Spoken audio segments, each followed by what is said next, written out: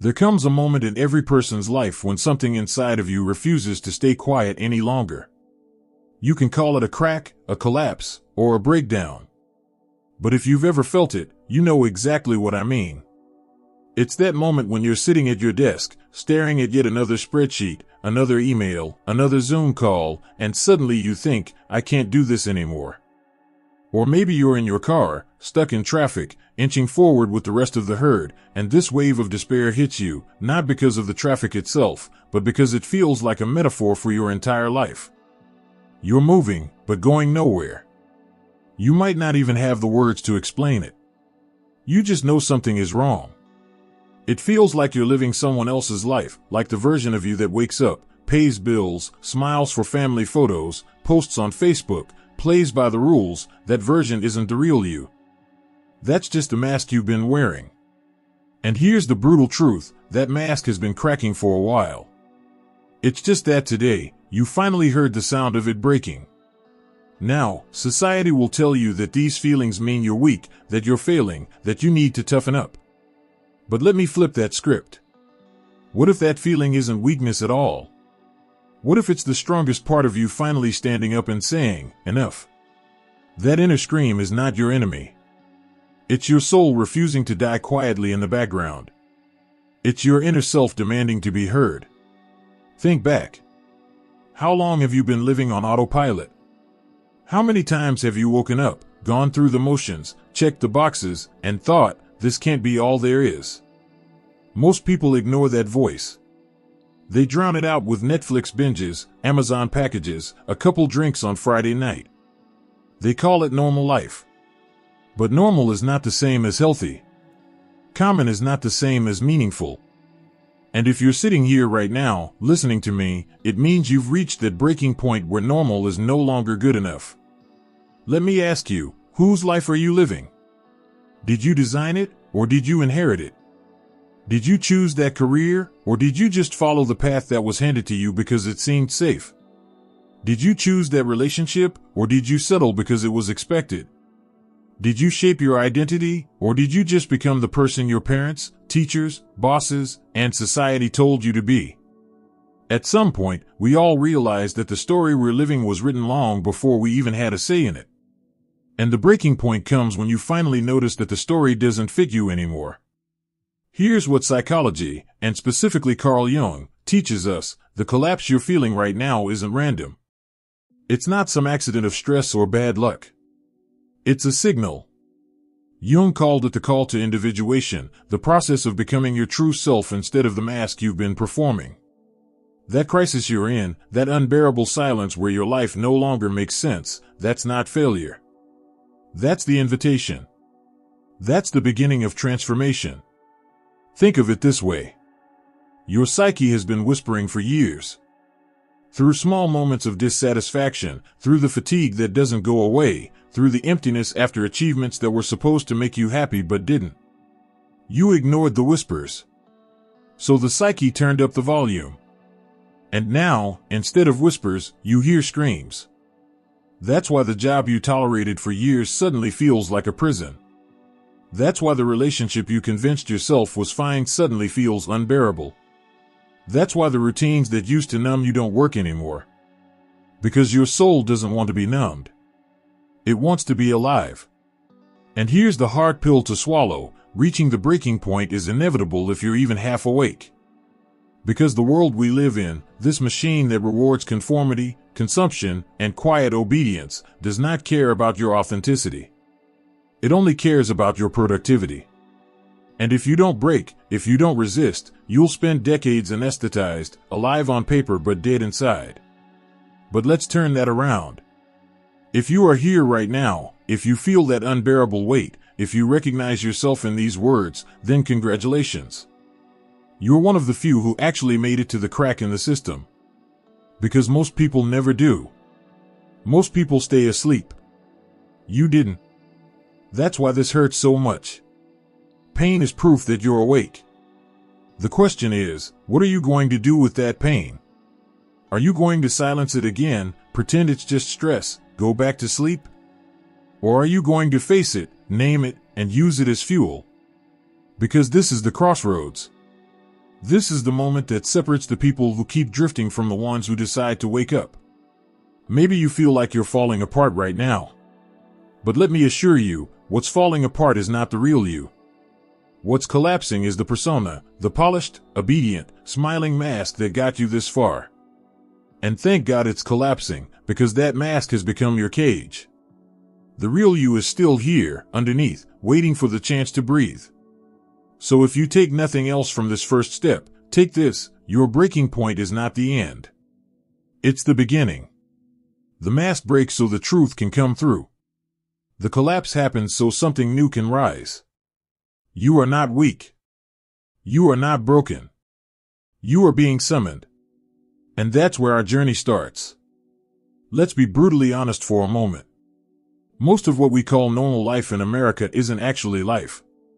It's a carefully packaged routine designed to keep you moving in circles, smiling for photos, paying bills, and convincing yourself that stability equals happiness.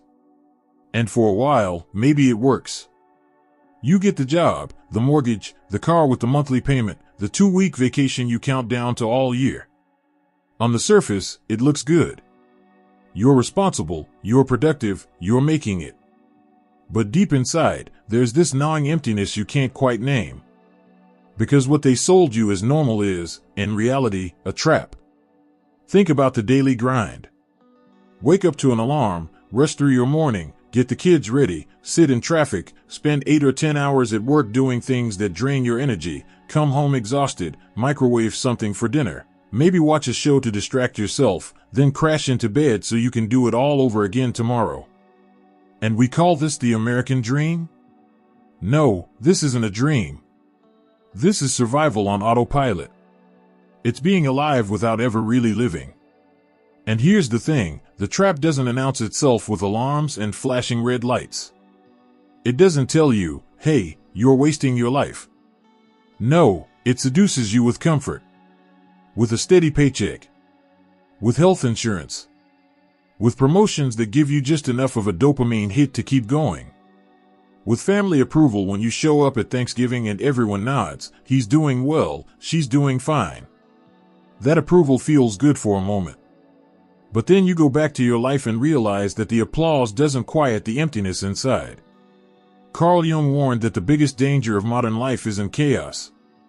It's unconscious adaptation to the inauthentic. Translation: the real tragedy isn't when your life falls apart, it's when you keep living a life that doesn't belong to you and you don't even realize it. That's the trap. To be so adapted to your role that you forget you're playing a role at all. You're the reliable employee, the agreeable spouse, the responsible adult. You wear those titles like a uniform, and after years of wearing them, you forget what you look like without them. Have you ever had the thought, if I stopped doing everything I do for other people, who would I even be? That's the kind of question most people bury as quickly as it arises.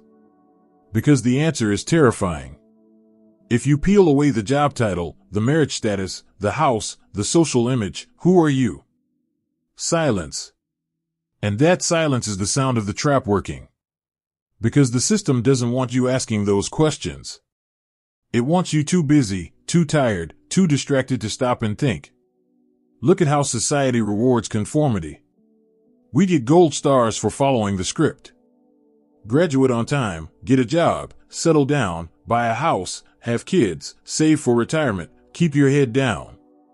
And if you do all that, you're considered successful. But successful by whose definition? If the price of stability is your soul, is it really success?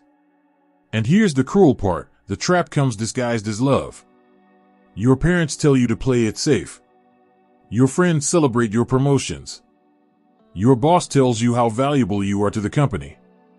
All of it feels like affirmation. But deep down, you know it's a leash. Because every time you think about breaking away, changing jobs, leaving that relationship, moving to another city, you hear that voice, don't be reckless. Be grateful. Don't make waves. And so you stay. You shrink. You suffocate quietly, smiling for the camera, while your real life withers in the background. Now let me be clear, adaptation to society isn't the enemy. We all need to adapt to some extent to function. The problem is when adaptation demands abandonment of the self. When fitting in costs you your truth. When the pursuit of normal leaves you emotionally numb and spiritually starved. And millions of people are living exactly that way. Look around.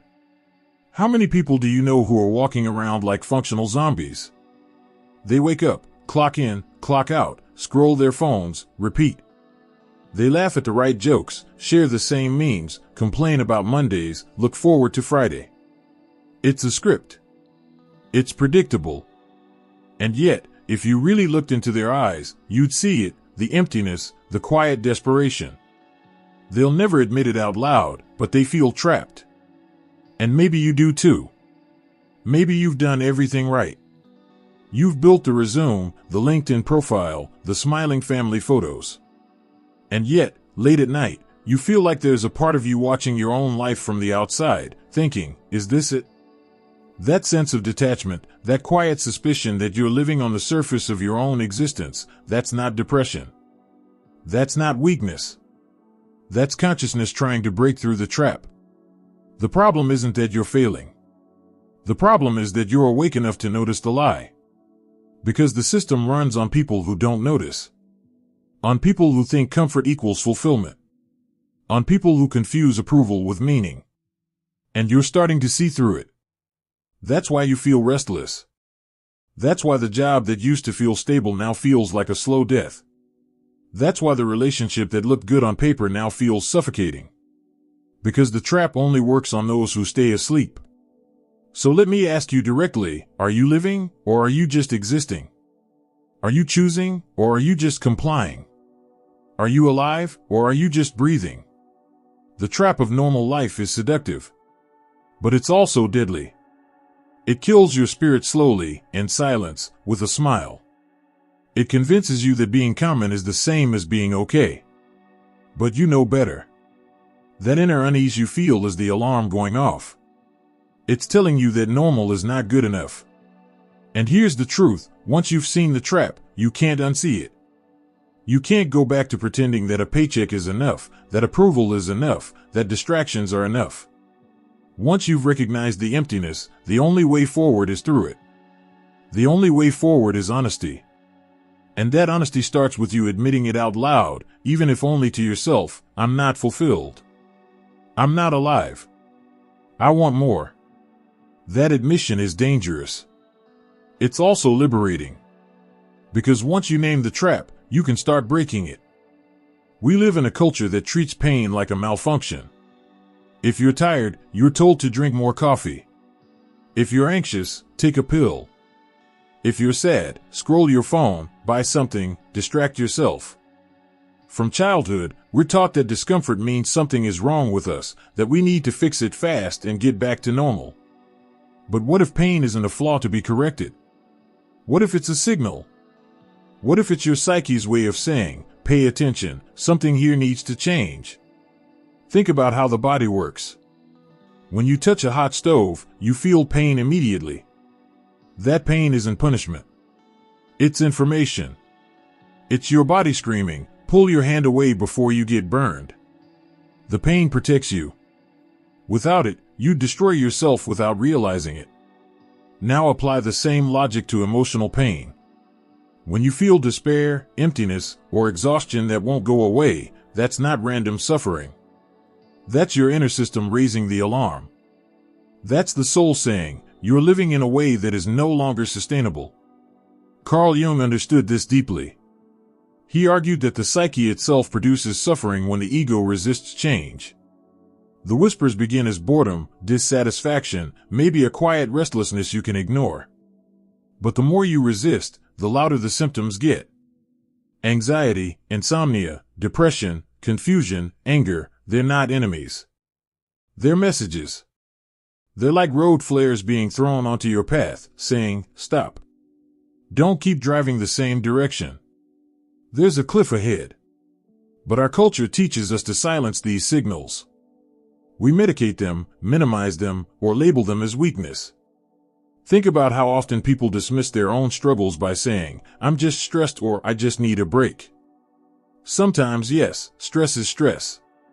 But often, that fatigue that lingers no matter how much you sleep, that sense of disconnection no matter how much you distract yourself, that's not ordinary stress. That's your psyche refusing to play along anymore. That's your unconscious saying, "We're done pretending." Let me give you a concrete example. Maybe you've spent years in a career that looks great on paper. Good salary, good benefits, people admire you. But every day, you feel like you're dying inside. You keep telling yourself, "This is fine, I should be grateful." But the headaches don't stop. The sleepless nights keep piling up. You find yourself irritated, snapping at people you love, feeling like you're just dragging yourself through the week. That's not just burnout. That's your soul pounding on the walls, begging to be heard. Or maybe it's in your personal life. You're in a relationship where you've done everything to keep the peace. You compromise, you smile, you swallow your truth. On the outside, it looks stable. But inside, you feel invisible. You feel small. That quiet ache in your chest every time you tell yourself, "This is just how relationships are," that ache is not weakness. It's your self-respect refusing to die. This is why Jung called the crisis of suffering the beginning of transformation. Because the very moment you feel like you're falling apart is the moment the old structure of your life is cracking open. What's collapsing is not you, it's the role you've been forced to play, the persona you built to survive. And when that shell breaks, it hurts like hell. But the pain is not there to kill you. It's there to wake you up. Let's pause here. Have you noticed how most of us only make radical changes when life becomes unbearable? We don't leave the job until it's killing us. We don't leave the relationship until we can't breathe. We don't look at our truth until the lies crush us. Why? Because we're conditioned to avoid discomfort at all costs. We cling to fine and okay even when those words are just code for miserable. But here's the paradox. The very thing we run from, pain, is the only thing that can set us free. Suffering is not the end of the road. It's the signpost at the crossroads. It's your psyche saying, you can keep pretending, or you can choose to live. And if you're hearing this right now, chances are your pain has already been speaking. The question is whether you're willing to listen. Let me challenge you. Instead of asking, "How do I make this pain go away?" start asking, "What is this pain trying to tell me?" That shift changes everything. Because pain doesn't show up randomly.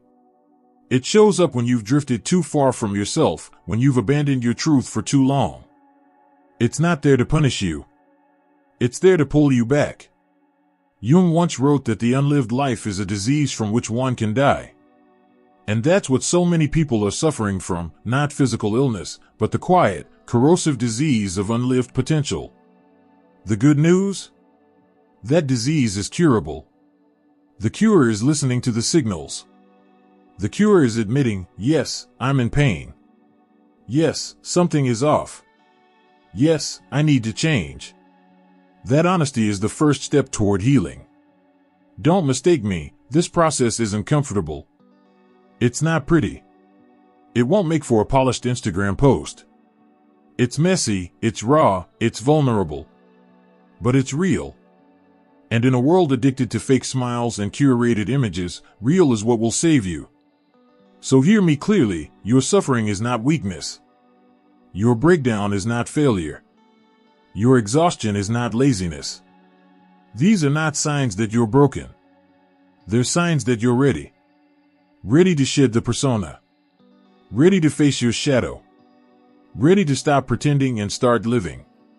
The question is, will you treat your pain as an enemy to silence or as a teacher to follow? Because every tear, every sleepless night, every restless thought is a compass pointing you toward transformation. The signals are there. The only choice left is whether you'll listen. Have you ever noticed how the right message shows up at exactly the right time? Maybe it's a book you randomly picked off a shelf that spoke to your situation with uncanny precision. Maybe it's a stranger's comment that hit you like they knew your life story. Or maybe, like right now, it's a video that shows up in your feed the very moment you're on the edge of collapse. We like to call it coincidence, but Carl Jung had another word for it, synchronicity. Synchronicity is when outer events line up perfectly with your inner state, when the world seems to mirror back exactly what you need to see. And here's the thing, you can't explain it logically. The rational mind says, that's just random. But deep down, something in you knows better. You know it wasn't random. You know it felt personal. You know it hit your soul in a way nothing else could at that moment.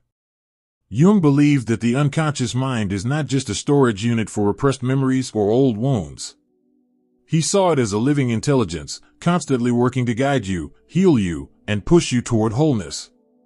And when you reach that breaking point we talked about earlier, when your soul starts screaming for truth, that inner intelligence intensifies. Suddenly, the world around you starts to shift. You notice things. You see patterns. You get nudges, whispers, signs. Not because the universe is magically rearranging itself just for you, but because your psyche is now wide open, scanning for meaning, magnetizing what you need to evolve. Let me make this concrete. Imagine you've been silently thinking about leaving a toxic job. You haven't told anyone, you haven't even admitted it fully to yourself. And then, out of nowhere, you stumble on an article about someone who walked away from the same kind of career and rebuilt their life. That's synchronicity. Or maybe you've been wrestling with loneliness, wondering if you'll ever feel understood. And just then, an old friend you haven't spoken to in years calls you out of the blue. That's synchronicity. Or maybe you've been questioning the meaning of your life, and you click on a video, and the words feel like they were written for you personally. That's synchronicity too. Now, skeptics will roll their eyes. They'll say, you're just cherry picking. You're seeing what you want to see. And yes, there's truth in that. But isn't that the point? When your soul is awake, you notice what you were blind to before. It's like buying a red car and suddenly seeing red cars everywhere. The cars were always there, but now your awareness is tuned in. In the same way, the signs were always there. It's just that now your inner radar is switched on. Here's what I want you to understand. These moments of synchronicity are not just feel-good coincidences. They're invitations. They're reminders that your unconscious is trying to communicate. And ignoring them is like ignoring a ringing phone from your own soul. You don't need to treat every little thing as a mystical revelation, but when something pierces you, when it feels undeniably personal, that's worth paying attention to. Think about music. Have you ever had a song hit you so hard it made you cry, even though you couldn't explain why? That's your unconscious using melody and words to bypass your rational mind and hit you straight in the heart. Or think about dreams. How many times have you brushed them off as nonsense when in reality they were symbols, metaphors, guidance? Jung insisted that the unconscious speaks in symbols because symbols bypass resistance. The ego can argue with logic, but it can't argue with a symbol that makes you feel something. This is why videos like this matter. You didn't just randomly stumble here. Something in you was already searching, already open, already ready. And that readiness pulled you toward these words. I can't tell you how many people say, I don't even know why I clicked on this, but I needed it. That's the unconscious at work. It doesn't shout. It doesn't force. It whispers, it nudges, it guides. So let me ask you, have you noticed those moments in your life? The strange timing? The uncanny coincidences? The symbols that seem to follow you around?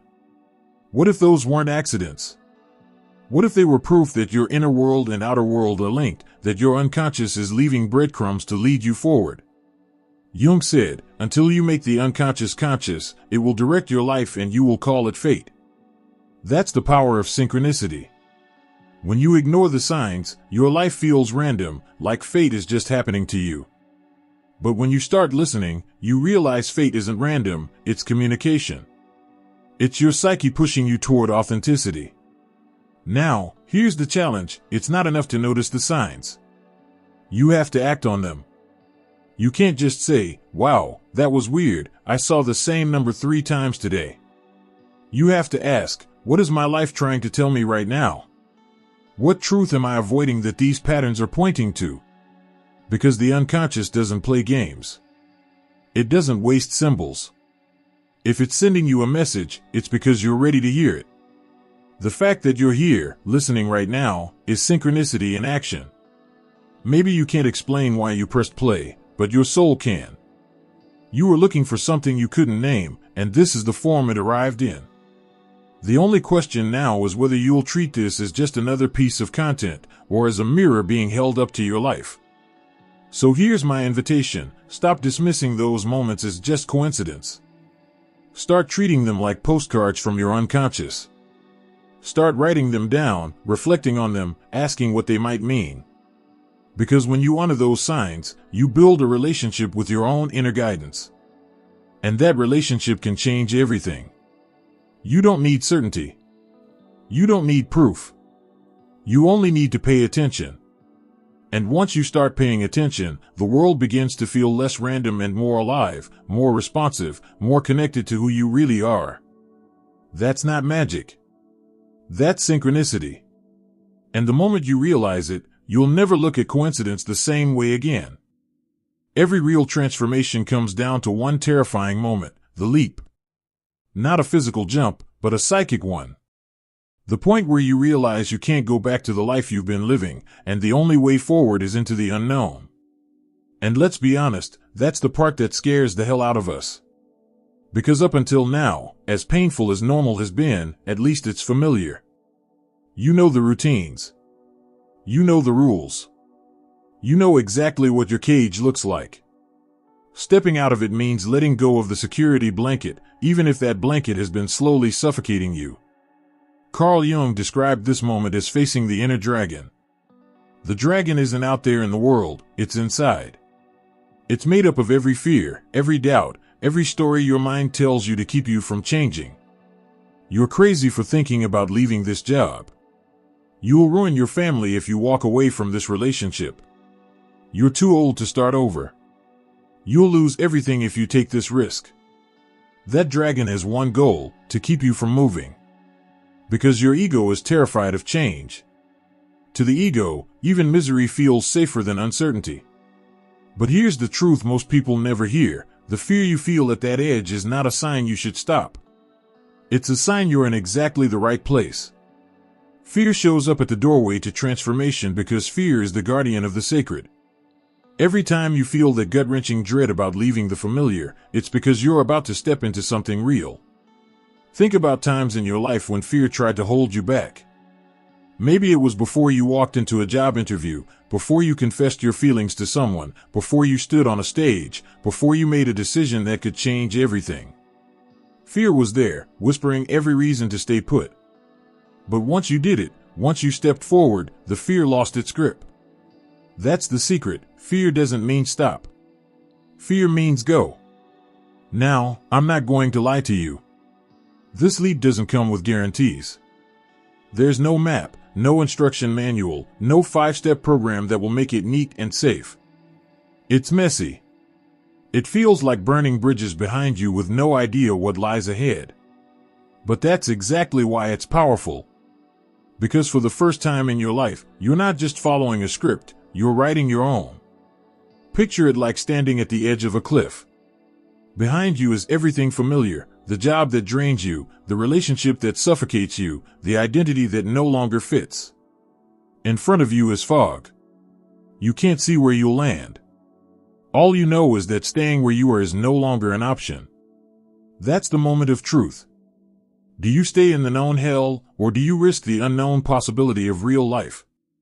So many people retreat here. They feel the fear, they hear the dragon, and they step back into their cage, convincing themselves it's safer. And maybe it is, for a while. But deep down, you know the price. Every time you choose safety over authenticity, a piece of you dies. Every time you delay, the cage grows tighter. The only way out is through the fear. And here's the beautiful irony: once you leap, even if you stumble, even if you fail, even if you get bruised, the freedom is worth it. Because you discover something the old life could never give you: presence, aliveness, authenticity. You stop surviving and start living. And suddenly, even the struggles feel different, because they're your struggles, not the systems, not societies, not your parents or your bosses. Yours. Let me ask you a hard question. What's the leap you've been avoiding? Is it quitting the job that makes you sick? Is it walking away from the relationship that drains you? Is it moving to a new city, starting the business you've been daydreaming about, speaking the truth you've buried for years? Whatever it is, you already know it. You don't need me to tell you. You feel it in your chest. And that's the exact place the dragon guards. The ego will say, wait until you're ready. But here's the catch, no one ever feels ready. You don't leap because you're ready. You leap because staying is no longer an option. You leap because the pain of pretending has become heavier than the fear of the unknown. And if you're listening to this now, I have to believe you've reached that point. This leap is not about recklessness. It's about honesty. It's about looking your fear in the face and saying, I see you. I hear you. And I'm moving anyway. It's about trusting that even if you don't have the answers, even if you don't know what comes next, you'll figure it out on the way. That's not arrogance. That's courage. And courage doesn't mean you won't shake. It doesn't mean you won't cry, or doubt, or want to run back. Courage means you leap while you're shaking. You leap while you're crying. You leap while the dragon screams. And then, once you're on the other side, you realize the dragon was only smoke and mirrors, a projection of your own fear. So I'll ask you again, what's the leap in front of you? And what's the price you'll pay if you don't take it? Because there is a price. It's not neutral. Staying costs you your aliveness. And once you see that, the leap doesn't feel like a risk anymore, it feels like the only sane choice. This is the watershed moment. The line between those who go through life half asleep and the few who dare to awaken. If you've made it this far, if you've felt everything we've been talking about, then the leap is already calling you. The only question left is whether you'll answer. Here's the hardest truth you'll ever have to swallow. No one is coming to save you. Not your boss, not your partner, not your family, not some guru, not a book, not even a video like this one. For years you may have waited for someone to recognize your pain, waited for the system to finally reward your hard work, waited for the right time, the right sign, the right permission. But that waiting is exactly what has kept you stuck. The cavalry is not coming. The responsibility for your life is, and always has been, in your hands. And the moment you accept that is the moment your liberation begins. I know that sounds harsh. We were all conditioned to believe that at some point someone would show up and guide us. As kids, we waited for adults to protect us. As adults, we still wait. We wait for our partner to change, for our parents to finally understand, for our boss to appreciate us, for society to be fair, for timing to be perfect. But waiting is a trap. Waiting keeps you passive, obedient, numb. And deep down you know it. Every day you postpone your truth is a day stolen from your real life. Carl Jung made it clear, individuation, the process of becoming who you really are, cannot be lived by proxy. No one can walk that path for you. No one can face your fears for you, or integrate your shadow for you, or make your choices for you. This is your crossing, and yours alone. And yes, that is terrifying. But it is also the most empowering truth you will ever face. Because if no one is coming to save you, that also means you don't have to wait anymore. You can begin now. Let me be blunt. As long as you keep outsourcing your freedom, waiting for your boss to change before you leave the job, waiting for your partner to respect you before you set boundaries, waiting for the perfect moment before you leap, you will remain a prisoner. Freedom is never granted. It's claimed. And the only person who can claim it for you is you. This is where radical responsibility comes in. And by radical, I don't mean extreme or reckless. I mean honest, uncompromising responsibility.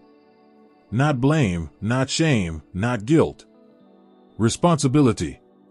That word means the ability to respond. It means saying, even if this pain wasn't my fault, the healing is my responsibility. Even if the system is broken, my choices are mine. Even if others hurt me, I will not abandon myself. That shift changes everything. Because once you stop waiting for rescue, you start building your own escape. Now, don't confuse responsibility with control. You cannot control every circumstance, every outcome, every person in your life. But you are responsible for how you respond. You are responsible for whether you keep betraying yourself or start standing up for yourself. You are responsible for whether you stay in the cage or cross the line into freedom.